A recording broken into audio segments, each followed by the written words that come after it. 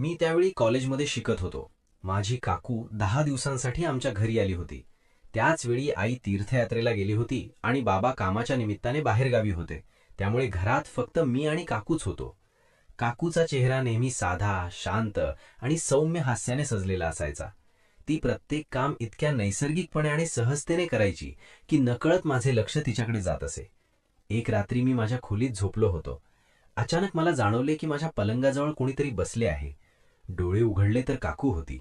तिच्या डोळ्यात काहीतरी वेगळा भाव दिसत होता, जणू ती मनातले काही बोलायचे ठरवत होती.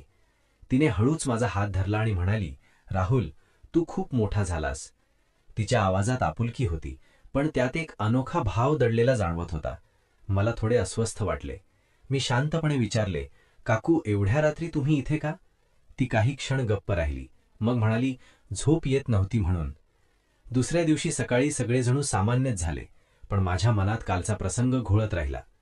आई निघताना सांगून गेली होती की काकूचा शहरात उपचार सुरू आहे आणि 10 दिवस ती इथेच राहणार आहे. संध्याकाळी कॉलेजवरून परत आलो तर काकूने माझ्यासाठी खास जेवण बनवले होते.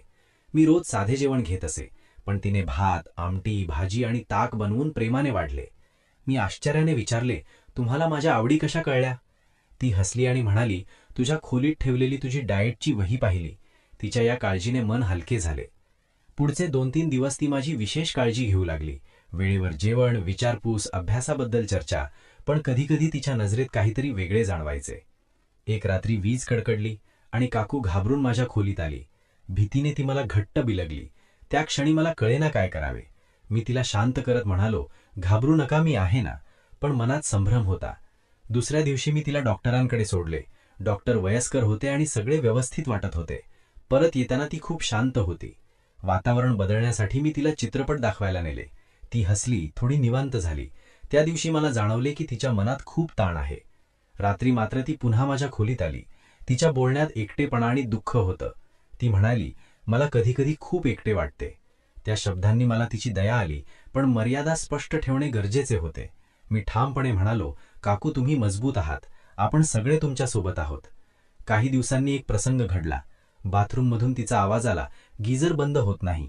मी धावत गेलो. आत गेल्यावर लक्षात आले की तितकी मोठी अडचण नव्हती, पण तिच्या डोळ्यात वेगळाच भाव होता. त्या क्षणी मला स्पष्ट जाणवले की ती भावनिक गोंधळातून जाते आहे. मी लगेच बाहेर आलो आणि तिला स्पष्ट सांगितले, "आपल्यात नात्याच्या मर्यादा महत्त्वाच्या आहेत." ती रडू लागली. मग तिने मन मोकळे केले. 2 वर्षांपासून ती मुलासाठी उपचार घेत होती. घरात तिच्यावर दोष टाकला जात होता. प्रत्यक्षात समस्या काकांकडे असू शकते, पण कुणी मान्य करत नव्हते. समाजाच्या दबावाने ती खचली होती. तिच्या डोळ्यात वेदना दिसत होत्या. मला तिची परिस्थिती समजली. मी शांतपणे म्हणालो, "या मार्गाने काही सुटणार नाही. आपण योग्य मार्गाने उपाय शोधू." काही दिवसांनी बाबा परत आले. मी योग्य वेळी काकांशी बोललो. तपासणीत स्पष्ट झाले की समस्या काकांकडेच आहे. सुरुवातीला त्यांना धक्का बसला, पण नंतर त्यांनी वास्तव स्वीकारले. उपचार सुरू झाले. घरातील ताण कमी झाला. काकूच्या चेहऱ्यावर पुन्हा हसू फुलले. त्या 10 दिवसांनी मला एक गोष्ट शिकवली, भावना कितीही गुंतागुंतीच्या असल्या तरी नात्यांच्या सीमा पाळणे गरजेचे असते. आकर्षण, एकटेपणा, सहानुभूती यांमध्ये फरक ओळखणे महत्त्वाचे असते. आज त्या दिवसांची आठवण येते तेव्हा मन शांत होते, कारण योग्य वेळी योग्य निर्णय घेतला गेला. काकूच्या चेहऱ्यावर पुन्हा हसू दिसू लागले होते. उपचारांच्या प्रक्रियेनंतर काही महिन्यांनी आनंदाची बातमी आली. काकू आई होणार होती. घरात सुखाचा स्फोट झाला. 9 महिन्यांनंतर बाळ जन्माला आले. छोटा जीव हातात आला तेव्हा काकांच्या डोळ्यात कृतज्ञता होती.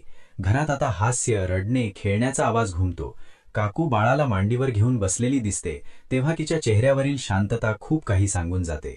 त्या 10 दिवसांनी आम्हाला मर्यादा, संयम आणि योग्य निर्णयांची किंमत शिकवली.